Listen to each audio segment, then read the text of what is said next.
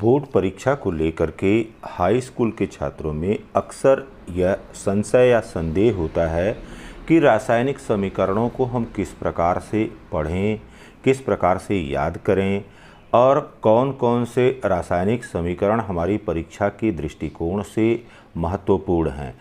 तो यहाँ पर आज हम लोग चयनित करके कुल 25 समीकरणों पर चर्चा करेंगे, जिससे कि अधिकांश या हमारा अधिकाधिक जो पाठ्यक्रम है वह कवर हो जाए।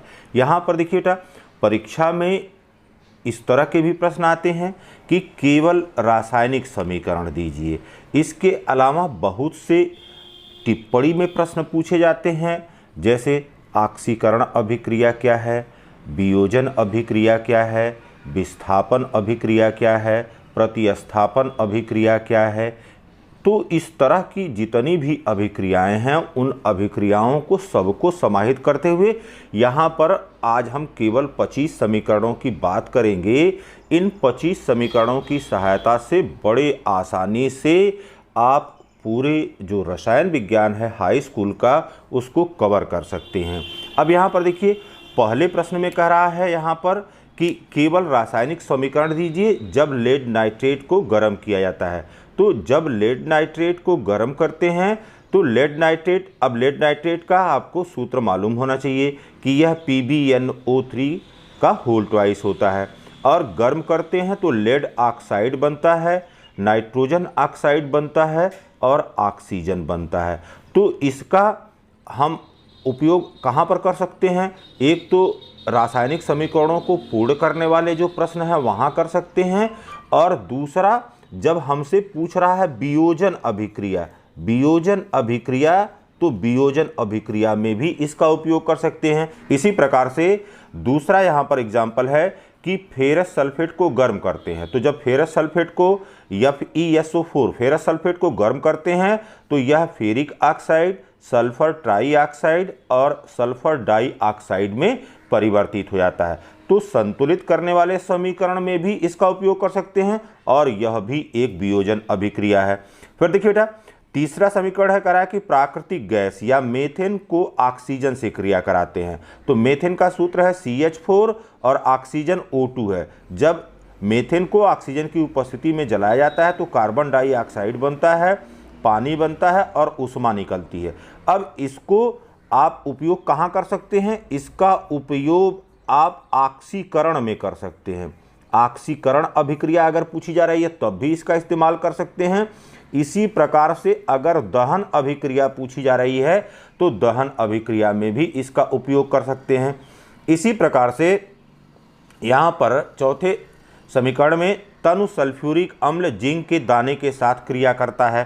तो तनु सल्फ्यूरिक अम्ल जब जिंक से अभिक्रिया करता है तो यहाँ पर H2SO4 प्लस Zn और यह जिंक सल्फेट बना लेगा और हाइड्रोजन गैस विस्थापित होगी।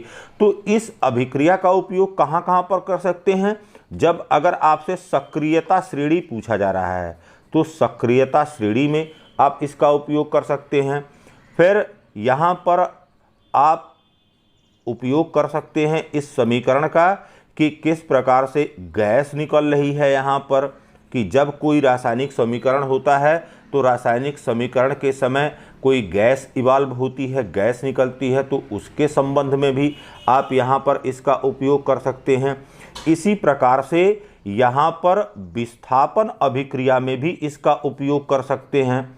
विस्थापन जो अभिक्रिया है उसमें इसका उपयोग कर सकते हैं। इसी प्रकार से तनु हाइड्रोक्लोरिक अम्ल जब एल्युमिनियम चूर्ण के साथ गर्म किया जाता है तो यहाँ पर देखिए, जब हाइड्रोक्लोरिक अम्ल यह एल्युमिनियम चूर्ण के साथ गर्म किया जाता है तो यह एल्युमिनियम क्लोराइड बनाता है और हाइड्रोजन गैस स्थापित होती है।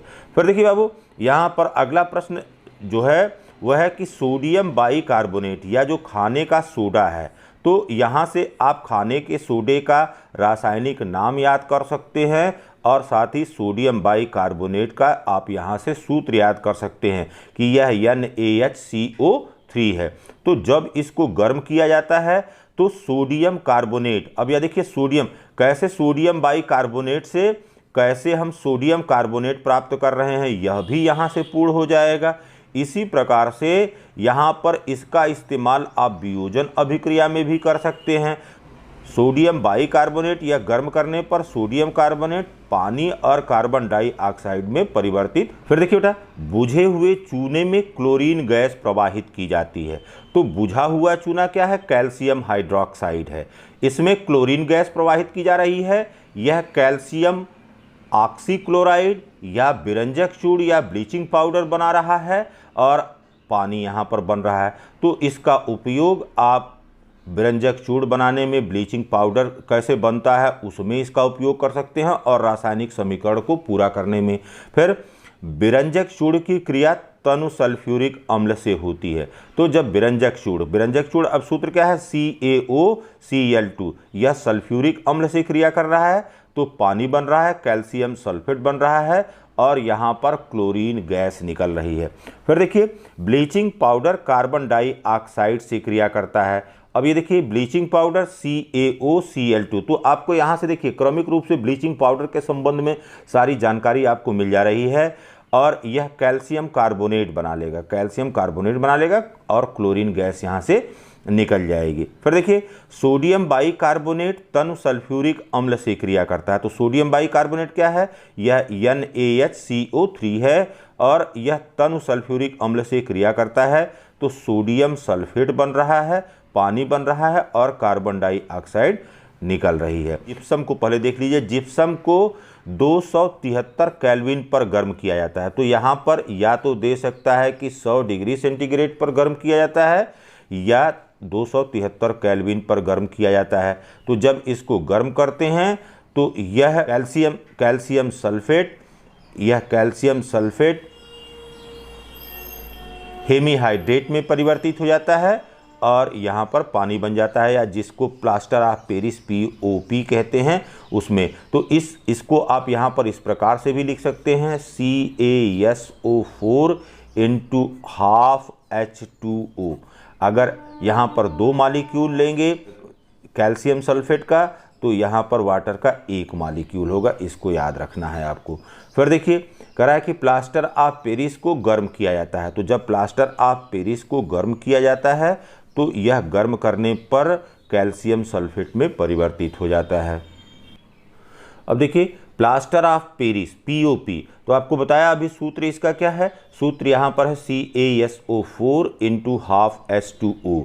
तो यह नमी अथवा आर्द्रता की उपस्थिति में जिप्सम में बदल जाता है। इसे ही इसकी जल योजन क्रिया, मतलब इसमें पानी जुड़ने की प्रक्रिया होती है। तो प्लास्टर ऑफ पेरिस यह 3/2 H2O से जुड़ गया तो यह जिप्सम में या कैल्शियम सल्फेट में बदल गया। अब देखिए, तांबे के तार को सिल्वर नाइट्रेट के विलयन में डुबोया गया। इसकी अभिक्रिया लिखिए और कारण भी बताइए। तो यहाँ पर अब देखिए बेटा, यह जो है सक्रियता श्रेणी पर आधारित सवाल है या विस्थापन पर, कि अधिक सक्रिय धातु अपने से कम सक्रिय धातु को उसके विलयन से विस्थापित कर देती है। तो यह अभिक्रिया संभव होगी। कापर जब सिल्वर नाइट्रेट के विलयन में डाला जाएगा तो कॉपर नाइट्रेट बन जाएगा और इस प्रकार से यहाँ पर सिल्वर विस्थापित हो जाएगा। फिर देखिए, 15वें में कह रहा है कि चांदी का एक तार कॉपर सल्फेट के विलयन में डुबाया गया, क्या अभिक्रिया संभव है? तो कॉपर सल्फेट के विलयन में जब इसको डुबाया जाएगा तो यह अभिक्रिया नहीं होगी, क्योंकि विद्युत जो रासायनिक श्रेणी है उसमें चांदी जो है कॉपर से नीचे है, तो कोई भी विस्थापन अभिक्रिया नहीं होगी। अब इसी प्रकार से यह समीकरण जो है यह 2 दृष्टिकोण से इम्पॉर्टेंट है। पहला तो मेथेन सूर्य के प्रकाश की उपस्थिति में क्लोरीन गैस से क्रिया करता है, इसके संबंध में। और फिर बाबू यहाँ पर इसका उपयोग हम कहाँ पर कर सकते हैं? इसका उपयोग जब हमसे पूछा जाता है कि प्रतिस्थापन अभिक्रिया पर संक्षिप्त टिप्पणी लिखिए, तो वहाँ पर कर सकते हैं। तो यहाँ पर हमने कहा कि जब यह मेथेन क्लोरीन से अभिक्रिया करेगा तो यह अभिक्रिया सूर्य के प्रकाश में की उपस्थिति में तब तक चलती रहेगी जब तक इस मेथेन का चारों हाइड्रोजन यहाँ से विस्थापित नहीं हो जाएगा और कार्बन टेट्राक्लोराइड नहीं बन जाएगा। तो यहाँ पर यह क्रमिक रूप से एक एक हाइड्रोजन को विस्थापित करते हुए उसके स्थान पर क्रमिक रूप से क्लोरीन जोड़ते जाएंगे। तो यहाँ पर पहले बार मेथिल क्लोराइड बना, फिर इसके बाद डाईक्लोरोमेथेन बना, फिर ट्राईक्लोरोमेथेन बन जाएगा और फिर लास्ट में कार्बन टेट्राक्लोराइड बन जाएगा। इस प्रकार से ये अभिक्रिया पूर्ण हो जाएगी। तो फिर देखिए, एथिल अल्कोहल C2H5OH या एथेनॉल ऑक्सीजन से क्रिया करता है। तो जब यह अभिक्रिया आपको याद होगी तो इस अभिक्रिया के याद होने से क्या फ़ायदा होगा? अगर आपसे ऑक्सीकरण पूछा जा रहा है तो ऑक्सीकरण में और साथ ही साथ दहन की अभिक्रिया, दोनों अभिक्रियाओं में इसका इस्तेमाल कर सकते हैं। C2H5OH ऑक्सीजन की उपस्थिति में जल रहा है, तो ऑक्सीजन की उपस्थिति में जल करके यह कार्बन डाइऑक्साइड और साथ ही साथ यहाँ पर यह पानी बना रहा है, ऊष्मा उत्पन्न हो रही है। अगर पावर एल्कोहल पूछ रहा है तो पावर एल्कोहल के समय में भी इसका उपयोग आप इस रासायनिक समीकरण का कर सकते हैं। अब यहाँ पर एथेनॉल की क्रिया एथेनोइक अम्ल से होती है, तो एथेनॉल का सूत्र आपको मालूम हो जाए, एथेनोइक अम्ल का सूत्र आपको मालूम हो जाए, दोनों के अणुसूत्र आप याद रखिए। इनकी जब अभिक्रिया करा रहे हैं सांद्र सल्फ्यूरिक अम्ल की उपस्थिति में, तो सबसे पहले एथिल एथेनोएट बनेगा या एथिल एसीटेट बनेगा और जल बन जाएगा। यह अभिक्रिया एस्टरीकरण की अभिक्रिया कहलाती है। तो एस्टरीकरण जब टिप्पणी के रूप में पूछा जाएगा तब भी इसका इस्तेमाल कर सकते हैं। इसमें मीठी गंध होती है। इसका उपयोग जो इस प्रकार से एथिल एथेनोएट मिल रहा है, इसका कहाँ कहाँ पर उपयोग कर सकते हैं ये आप लिख सकते हैं। फिर एथेनोइक अम्ल सोडियम हाइड्रोक्साइड से क्रिया करता है। यहाँ पर एथेनोइक अम्ल यह सोडियम हाइड्रोक्साइड से क्रिया कर रहा है, तो CH3COOH यह सोडियम हाइड्रोक्साइड से क्रिया किया तो यह सोडियम एसीटेट बना लिया और पानी बन गया। तो यहाँ पर CH3COONA यह सोडियम एसीटेट है। फिर एथेनॉल को सांद्र सल्फ्यूरिक अम्ल के आधिक्य में 160 से 170 डिग्री सेंटीग्रेड तक गर्म किया जाता है। फिर देखिए बेटा, एथेनॉल की क्रिया सोडियम से कराते हैं। तो एथेनॉल क्या है? C2H5OH और यहाँ पर सोडियम से क्रिया कराते हैं तो सोडियम एथॉक्साइड बनेगा C2H5ONA और हाइड्रोजन गैस यहाँ पर विस्थापित होगी।